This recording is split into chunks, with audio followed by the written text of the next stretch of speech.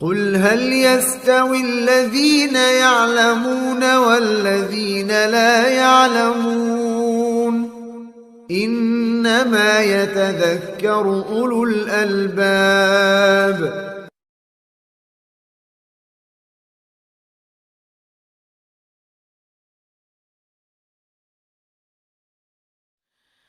Jemaah sekalian, selanjutnya adalah faktor dan sebab-sebab seseorang dirahmati oleh Allah Azza wa Jalla. Ingat, Anda tidak perlu berbangga diri dengan penampilan ini, walaupun penampilan ini luar biasa. Wajah yang ganteng, wajah yang cantik dengan baju yang sangat maju, baju yang sangat modern, ditambah lagi dengan gadget-gadget mutaakhir, penampilan Anda luar biasa. Tapi alhamdulillah, Allah tidak menilai seseorang dengan ini semuanya. Nabi SAW bersabda, Innallaha la yanzuru ila suwarikum wala ila ajsadikum. Allah tidak pernah melihat kalian, menoleh kalian, memperhatikan kalian karena penampilan. Tapi Allah Tabaraka wa Ta'ala melihat kalian, menilai kalian disebabkan karena apa yang ada dalam hati kalian. Bima fi qulubikum. Alhamdulillah, thumma alhamdulillah. Sekiranya Allah merahmati seseorang melalui penampilan, kasihan orang tak berpenampilan.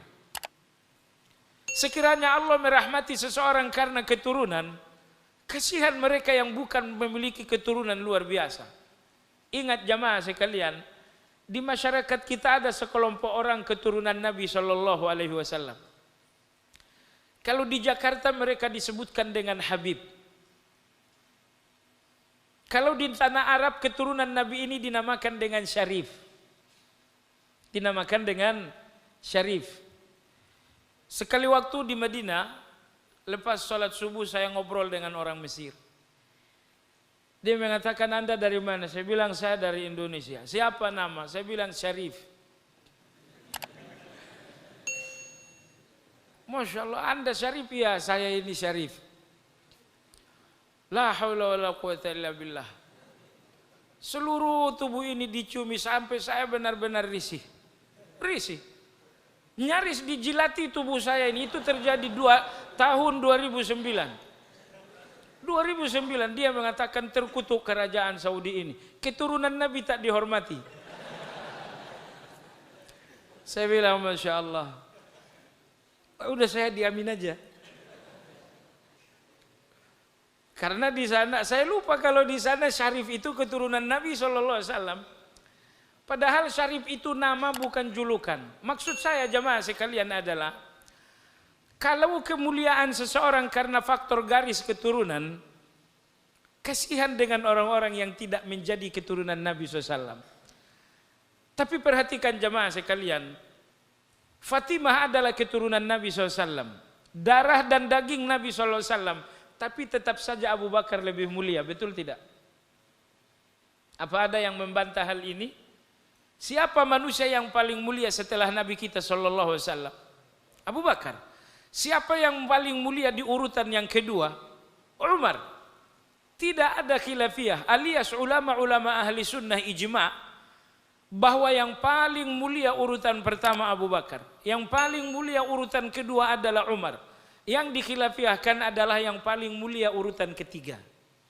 Ada yang mengatakan Utsman, ada yang mengatakan Ali. Tapi urutan pertama dan kedua tidak ada khilafiyah. Dia adalah Abu Bakar dan Umar. Fatimah adalah darah daging Nabi SAW, tapi Abu Bakar lebih mulia. Hasan Hussein adalah cucu kesayangan Nabi SAW, tapi Umar lebih mulia. Agar manusia ini sadar bahwa mereka tidak mulia karena keturunan, tapi mereka mulia karena ketakwaan. Sekiranya kemuliaan itu adalah keturunan, maka kemuliaan itu hanya peluang segelintir orang. Tapi kemuliaan ini adalah ketakwaan, sehingga kemuliaan ini menjadi peluang semua orang.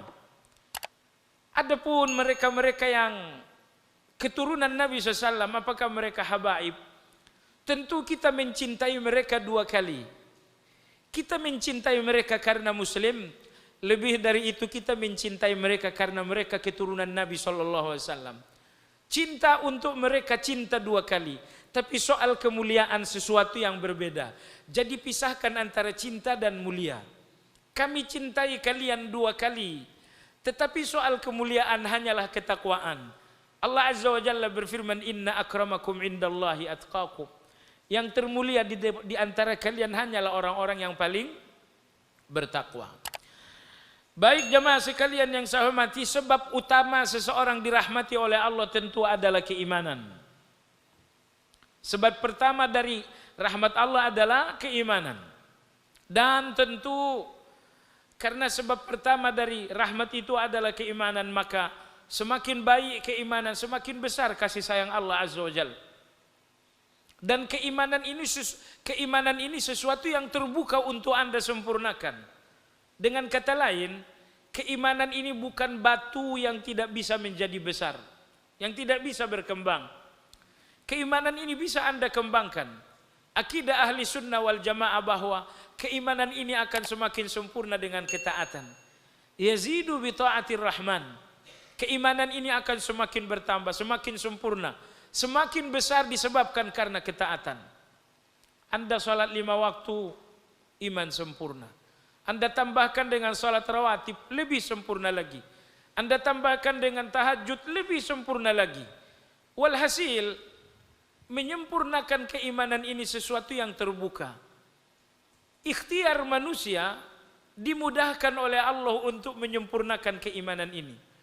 Oleh sebab itu, kasih sayang Allah pun sesuatu yang bisa Anda upayakan semakin sempurna, sesuai dengan keimanan yang bisa Anda semakin sempurnakan. Kemudian jemaah sekalian yang saya hormati, di antara penyebab seseorang mendapatkan rahmat dari Allah Azza wa Jalla adalah ikhlas. Ikhlas kepada Allah Azza wa Jalla. Allah berfirman dalam surat Maryam, "Wadhkur fil kitabi Musa innahu kana mukhlasan wa kana rasulan nabiyya. Wa nadainahu min janibit turil aymani wa qarrabnahu najiyya. Wa wahabna lahu min rahmatina akhahu Haruna nabiyya." Perhatikan bagian awal dan hubungkan dengan bagian akhir. Allah berfirman, "Wadhkur fil kitabi Musa innahu kana mukhlasa wa kana rasulan nabiyya." Musa adalah seorang yang ikhlas. Musa adalah seorang rasul dan seorang nabi. 3 sanjungan untuk Musa alaihi salam. Seorang yang ikhlas, seorang rasul, seorang nabi. Tapi dalam ayat jamaah sekalian, 3 sanjungan ini Allah sebutkan dengan pengurutan yang sangat cermat, sangat cerdas, penuh dengan kebijaksanaan. 3 kemuliaan, 3 sanjungan untuk Musa. Di urutan pertama Allah menyebutkan keikhlasan. Baik, di urutan yang kedua Allah menyebutkan dia seorang rasul. Di urutan yang ketiga Allah menyebutkan dia seorang nabi. Lalu di urutan yang keempat sanjungan untuk Musa pada ayat berikutnya. Allah Subhanahu wa taala berfirman, wa qarrabnahu najiyya wa nadainahu min janibit turi wa qarrabnahu najiyya. Munajat. Allah undang Musa alaihi salam ke Tur, ke Jabal Tur untuk munajat dengan Allah Azza wa Jalla. Jadi ikhlas, rasul, nabi, munajat. Wa wahabna lahu min rahmatina akhahu Haruna nabiyya. Kami berikan kepadanya rahmat bahwa kami mengangkat saudaranya Harun sebagai nabi untuk mendampingi beliau. Perhatikan dalam ayat ini, Allah nyatakan rahmat untuk Musa alaihi salam setelah Allah menyebutkan beberapa sanjungan. Sanjungan yang pertama adalah ikhlas. Maka oleh sebab itu jemaah sekalian, sepanjang Anda berada dalam keikhlasan, salat ikhlas, bergaul ikhlas, dengan siapapun bergaul keikhlasan yang dibawa. Saya khawatir jemaah sekalian, kita yang punya kesungguhan menghadiri kajian ini mencederai dan merusak pergaulan dengan niat yang rusak. Kenapa bergaul dengan fulan? Dia banyak membantu saya dengan uang. Kenapa bergaul dengan fulan? Karena dia peluang bisnis buat saya. Jemaah sekalian, tidak. Anda jangan mengkhianati orang dengan niat yang rusak.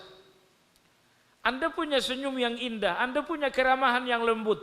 Tapi kalau Anda mendekatinya dengan niat yang busuk, sesungguhnya Anda telah mengkhianatinya dengan niat ini. Dan ingat, sepanjang persahabatan Anda dengan seseorang bukan dengan keikhlasan tetapi dunia, persahabatan seperti ini akan cepat berakhir. Enggak akan lama-lama persahabatan karena dunia. Maka oleh sebab itu jamaah sekalian, bawalah keikhlasan ini kemanapun dan dalam keadaan apapun. Karena ikhlas ini adalah rahmat. Jamaah sekalian yang saya hormati, penyebab kedua bahwa seseorang berada dalam rahmat Allah Subhanahu wa taala adalah mengikuti Alkitab was sunnah. Allah Subhanahu wa taala berfirman, "Wa hadza kitabun anzalnahu mubarakun fattabi'uhu wattaqu la'allakum turhamun." Inilah kitab Al-Quran, ada di tangan kalian, diturunkan, dia penuh berkah untuk kalian, maka ikutilah dia, la'allakum turhamun, agar kalian mendapatkan rahmat dari Allah Subhanahu wa taala.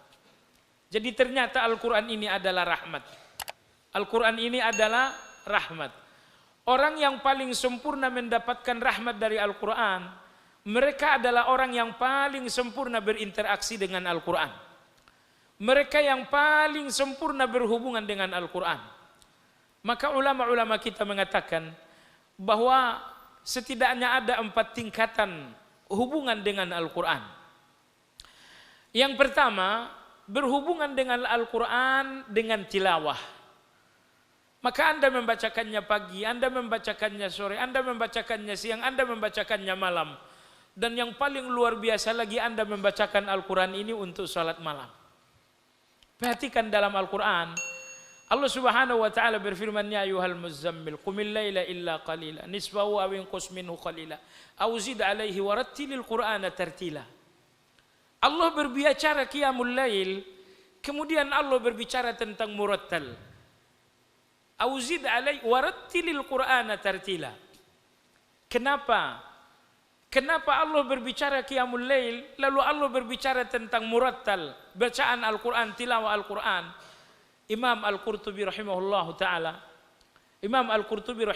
ta'ala menjawab, Allah bicara tahajud, lalu Allah bicara murattal dan Al-Quran. Kenapa?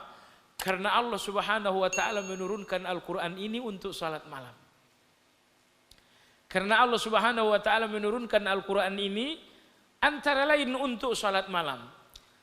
Makanya Imam At-Tabari rahimahullah, beliau mengatakan, mereka yang tidak salat malam dengan Al-Quran mereka akan kehilangan Al-Quran itu. Maksudnya, anak-anak muda yang menghafal Al-Quran ini, tapi tidak membawa Al-Quran di dalam rakaat-rakaat salat malam mereka, akan mudah dan cepat hafalan ini akan hilang. Tidak akan kokoh hafalan Al-Quran kalau tidak dibawa salat malam. Demikian kata Imam Ibnu Jarir At-Tabari.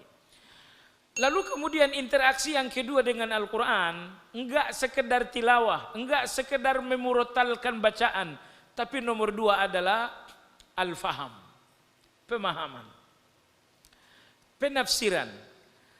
Kemudian nomor 3 adalah tadabbur, perenungan. Baik, jadi tilawah, tafsir, tadabbur. Apa bedanya? Kalau tilawah ini hanya fisik, hanya lisan. Kalau yang kedua faham dan tafsir ini hanya soal logika, hanya soal rasio. Adapun tadabbur, perenungan, itu adalah soal hati. Jadi Anda membaca, lalu Anda faham, lalu Anda kemudian merenungi. Sehingga Al-Quran ini bukan cuma untuk membasahi lisan, bukan cuma untuk difahami oleh otak, tetapi Al-Quran ini sudah sampai memasuki hati ini menjadi sebuah renungan. Lalu yang keempat jamaah sekalian, mereka yang menggunakan Al-Quran ini sebagai amal. Mereka menggunakan Al-Quran ini sebagai amal dan sebagai dakwah. Nah, jadi walhasil inilah 4 interaksi dengan Al-Quran. Baik, penyebab rahmat Allah Subhanahu wa ta'ala berikutnya adalah takwa kepada Allah Azza wa Jalla. Takwa kepada Allah Subhanahu wa ta'ala. Jadi ketakwaan dengan 2 pengertiannya. Yang pertama menjalankan perintah. Pengertian yang kedua adalah menjauhi larangan. Ketakwaan dengan 2 bentuk ini adalah rahmat. Allah Subhanahu wa ta'ala berfirman, "Walitattaqu wa la'allakum tarhamun." Agar kalian bertakwa dan agar kalian dirahmati oleh Allah Azza wa Jalla. Allah sebutkan takwa, Allah sebutkan rahmat. Karena rahmat Allah untuk seseorang sesuai dengan kadar ketakwaan. Berikutnya jemaah sekalian, di antara penyebab rahmat adalah mendengarkan Al-Quran. Anda tidak tilawah, tapi Anda mendengar. Detik-detik Anda mendengarkan Al-Quran adalah detik-detik bersama dengan rahmat Allah Azza wa Jalla. Allah Subhanahu wa taala berfirman, "Wa idza quri'a al-Qur'an fastami'u lahu wa ansitu la'allakum turhamun." Apabila dibacakan Al-Quran, maka Allah memerintahkan dua hal. Jika Anda melakukan dua perintah ini, akan Anda dapatkan satu hal. Perintah yang pertama, fastami'u lahu, dengarkan Al-Quran. Wa ansitu, dan diam terhadap Al-Quran. Anda dengar dan Anda diam. Anda lakukan dua hal, maka Allah memberikan satu hal. La'allakum turhamun, agar kalian dirahmati oleh Allah Azza wa Jalla. Jemaah sekalian, beratkah bagi Anda dalam perjalanan pulang ke rumah, Anda yang punya mobil, Anda setelkan murattal? Mungkin dari kantor ke rumah memakan waktu setengah jam, seperempat jam. Tapi setengah jam, seperempat jam dalam perjalanan ini Anda sepenuhnya di dalam detik-detik rahmat. Beratkah ini bagi Anda jamaah sekalian? Mungkin hafalan Anda tidak seperti hafalan mereka, memurojaah hafalan ini dalam perjalanan. Tetapi dengan menyetelkan radio Muaz, dengan menyetelkan MP3 ataupun CD-CD murattal Al-Quran, setengah jam dalam perjalanan bersama murattal, setengah jam pula Anda bersama dengan rahmat Allah Azza wa Jalla. Di rumah misalnya, Anda menanti si buah hati kembali, anak-anak lagi sekolah, Anda menanti mereka kembali. Haruskah Anda menanti kembalinya si buah hati dengan sinetron-sinetron? Di setel televisi melihat sinetron, cerita dusta 100%. Anda duduk mendengarkan dusta, pakai nangis lagi. Subhanallah, Anda menangis padahal didustai. Sedang dibohongin oleh sinetron, nangis dia. Subhanallah, Anda nangis padahal Anda didustai. Justru mestinya Anda tonjok tuh televisi, Anda pukul televisi. Waduh, air mata yang mahal ini menetes karena dusta murahanmu, gitu kan. Iya, dusta murahan, ceritanya cerita syaitan, cerita pacaran, cerita selingkuh. Tapi Masya Allah menetes air mata ini. Ya salam. Jemaah sekalian yang saya hormati, Anda menanti si buah hati dengan cerita, dengan sinetron seperti ini? Tidak. Anda sedang membuang usia tanpa makna. Kenapa Anda tidak menyetelkan televisi-televisi dakwah? Kenapa Anda tidak menyetelkan murattal?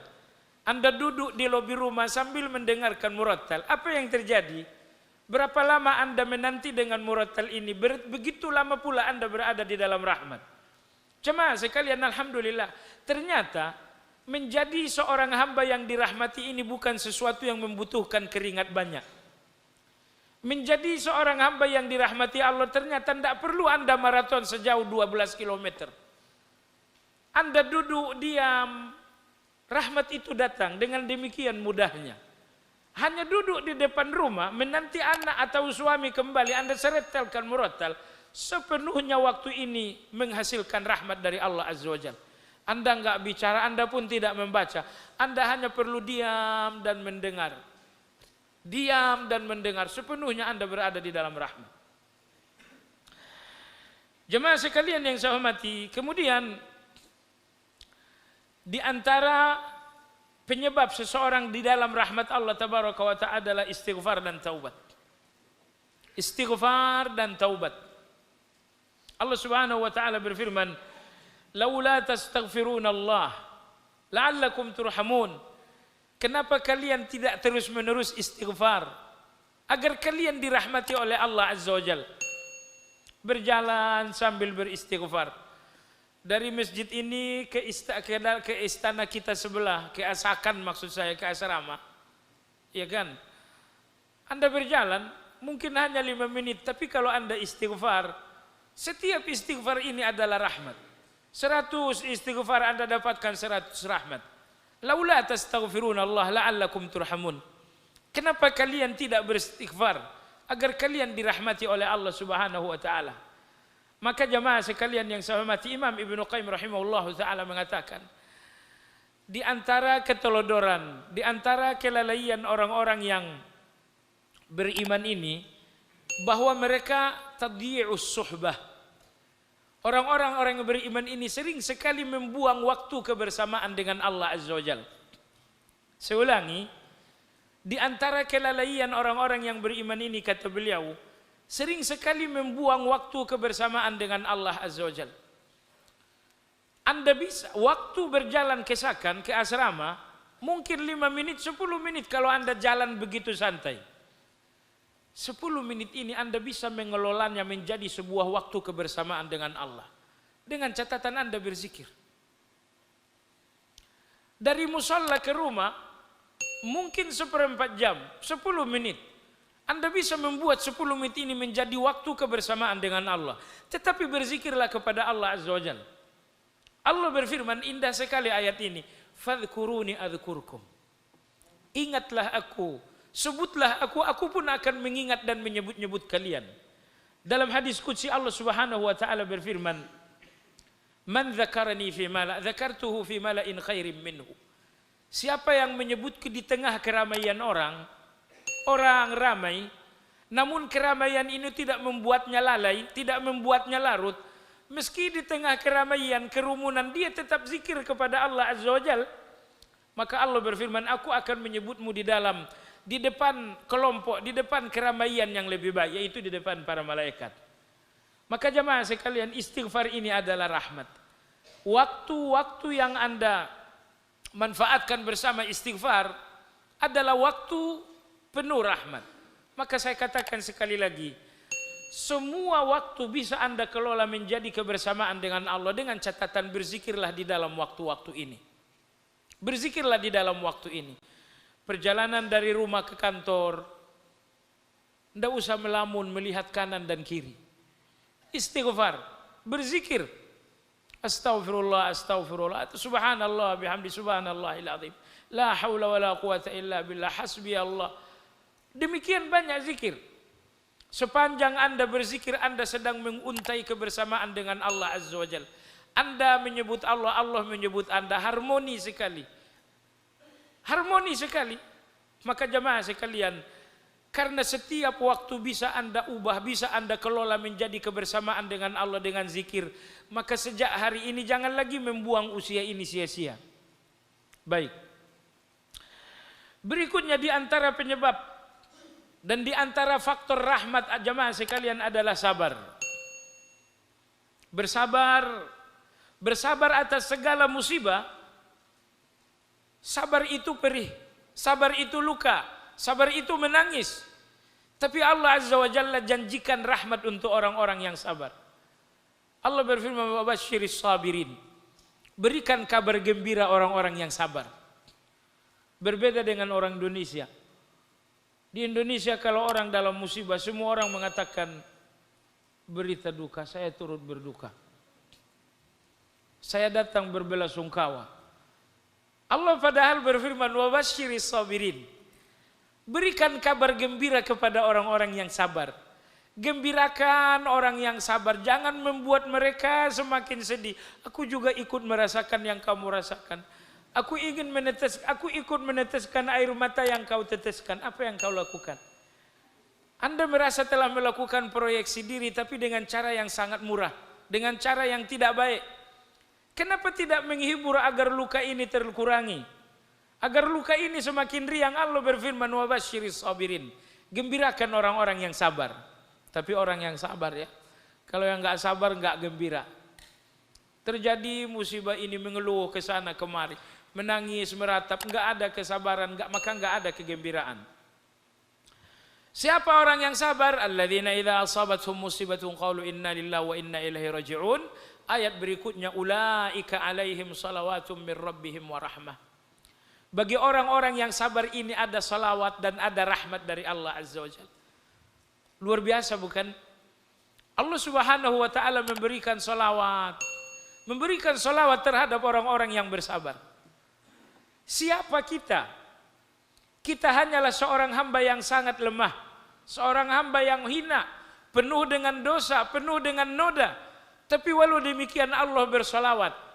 Salawat Allah untuk manusia, kata Imam Abul Aliyah, bahwa Allah Tabaraka wa Ta'ala menyanjung-nyanjungnya di hadapan malaikat. Jadi Anda jangan berpikir Allah bersolawat sama saya, berarti Allah mengatakan Allahumma sholli ala fulan. Mana mungkin Allah bilang Allahumma padahal Allah adalah Allah. Tidak mungkin solawat Allah untuk manusia bahwa Allah menyanjung mereka di hadapan para malaikat. Tapi luar biasa bukan? Anda disanjung oleh Allah. Ingat, saya menyanjung Anda, saya bukan yang tersanjung. Saya bukan yang maha terpuji. Sehingga sanjungan saya untuk Anda seding tidak ada manfaatnya. Tapi luar biasa, apabila Al-Hamid yang maha terpuji memuji, apabila yang maha tersanjung menyanjung, sanjungan yang maha tersanjung adalah sanjungan yang luar biasa. Tetapi kapan Anda tersanjung oleh yang maha menyanjung? Antara lain ketika Anda bersabar. Kemudian berikutnya warahmah. Orang-orang yang bersabar ini akan mendapatkan rahmat dari Allah Subhanahu wa taala. Oleh sebab itu sadarkan orang-orang yang sedang merasakan getirnya musibah. Sadarkan mereka. Beritahukan kepada mereka bahwa musibah ini menghilangkan sesuatu. Tapi musibah ini juga membawa sesuatu yang lebih besar. Musibah ini menghilangkan nyawa orang tersayang. Tapi musibah ini datang membawa kasih sayang dari yang maha penyayang. Al-Quran menyatakan bahwa musibah apabila disambut dengan sabar, maka musibah ini sesungguhnya membawa rahmat. Oleh sebab itu jamaah sekalian, kalau musibah ini tidak disambut dengan rahmat, akan terjadi dua musibah. Musibah pertama bahwa Anda kehilangan sesuatu. Musibah yang kedua bahwa Anda pun kehilangan rahmat. Tapi kalau Anda bersabar atas sebuah musibah, Anda hilang satu tapi mendapat lebih banyak. Kehilangan harta, boleh jadi kehilangan nyawa orang-orang tersayang. Tapi karena Anda bersabar, musibah ini mengambil tapi musibah ini pun memberi. Oleh sebab itu Imam Ali radhiyallahu anhu mengatakan, Ali radhiyallahu anhu berkata, musibah itu satu. Musibah itu satu kalau kita bersabar. Tapi kalau tidak bersabar, musibah ini bisa jadi menjadi dua. Bisa jadi menjadi tiga.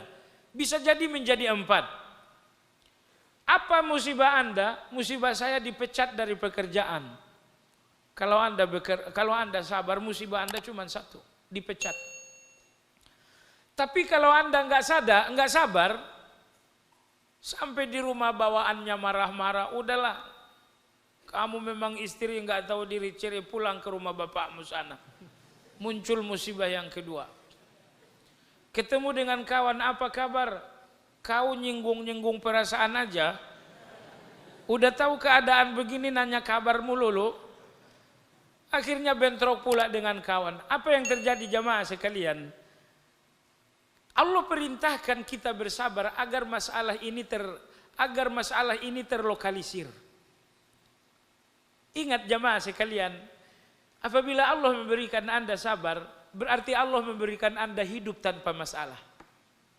Sekali lagi, apabila Allah memberikan Anda sabar, berarti Allah memberikan Anda hidup tanpa masalah. Kenapa? Perhatikan baik-baik. Hidup penuh masalah ini seolah-olah tidak ada masalah ketika dijalani orang-orang yang bersabar. Dipecat dari pekerjaan seolah-olah nggak ada masalah karena dia bersabar. Gajinya kecil seolah-olah tidak masalah karena dia bersabar. Oleh sebab itulah Nabi kita alaihi salatu wassalam bersabda, ma'atallahu abdan khairan wa awsa'a minas sabr. Tidak ada pemberian terbaik dan terbesar Allah untuk seorang hamba lebih dari kesabaran ini. Jadi sejumlah orang ingin hidup tanpa masalah, maka mereka menumpuk harta. Padahal makin ditumpuk harta justru makin besar masalah. Mereka tertipu. Maka saya katakan sekali lagi, apabila Anda ingin hidup tanpa masalah, maka hiduplah dengan kesabaran. Betapapun gaji kecil, percayalah dia enggak akan jadi masalah kalau Anda sabar. Bahkan Anda dipecat dari pekerjaan, percayalah, ini tidak akan masalah kalau Anda bersabar. Istri saya begini dan begitu, percayalah, itu pun tak masalah kalau Anda bersabar. Indah hidup ini dengan catatan Anda bersabar. Tapi kalau tidak ada sabar, hidup ini seperti neraka jahim yang disegerakan. Maka jemaah sekalian, jangan membuat persoalan sulit ini menjadi lebih buruk lagi. Sebenarnya tidak seperti itu, Anda saja yang tak bersabar. Kadang-kadang seseorang mengeluh, Coba kamu dengar betapa penderitaan ini. Pekerjaanku, gajiku, istriku, belum anak-anakku, belum lagi tetangga kanan kiriku. Ya Allah, begitu dia sampaikan keluhan ini, mungkin 5 hektar keluhan ini. Ya kalau dicatat bukan cuma 1 halaman. Keluhan ini, subhanallah, ada orang tertentu jamaah sekalian. Ada orang tertentu, mereka hidup dengan jiwa yang kecil, dengan hati yang kerdil. Persoalan-persoalan tidak muat di dalam hati karena terlalu sempit hati itu. Sehingga karena hati ini tidak mampu menampung persoalan, seluruh persoalan ditumpahkan di depan fulan, di depan fulan. Bertemu dengan 1000 orang, 1000 keluhan pula disampaikan. Ada apa ini? Hatinya kecil, hatinya sempit, tidak muat persoalan di dalam. Percayalah, mereka-mereka yang banyak mengeluh seolah-olah hidup luar biasa menderitanya, percayalah, dia tidak seburuk yang dia ceritakan. Walaupun Anda mengatakan, mungkin Anda menangis dengan cerita dia mengeluh, tapi percayalah bahwa dia enggak seburuk keluhannya. Tapi tentu karena dia tak bersabar, maka penderitaan yang sesungguhnya biasa menjadi terasa luar biasa sekali. Maka oleh sebab itu, Anda ingin menikmati hidup ini dengan uang Anda enggak selalu banyak. Sementara Anda harus bahagia setiap waktu. Maka nikmati hidup ini dengan sesuatu yang bisa Anda miliki setiap waktu, yaitu dengan kesabaran. Sabar itu sulit, tapi lebih sulit lagi kalau tak sabar. Sabar itu sakit, tapi jauh lebih sakit lagi kalau tak sabar. Tak ada pilihan jamaah, sekalian bersabarlah. Sabar ini mulia, maka di antara nama Allah adalah penyabar. Allah Maha Penyabar. Kata Nabi SAW, la asbaru ala adan yasma'uhu min Allah yu'sa wa yuqalu lahul walad thumma innahu yarzuquhum wa yu'afihim. Kata Nabi SAW, tidak ada yang paling penyabar lebih dari Allah Azza wa Jal. Allah melihat semua maksiat ini, bahkan Allah pun dituduh punya istri dan punya anak, difitnah punya istri punya anak. Namun demikian Allah tetap memberikan rezeki, Allah pun tetap memberikan perlindungan.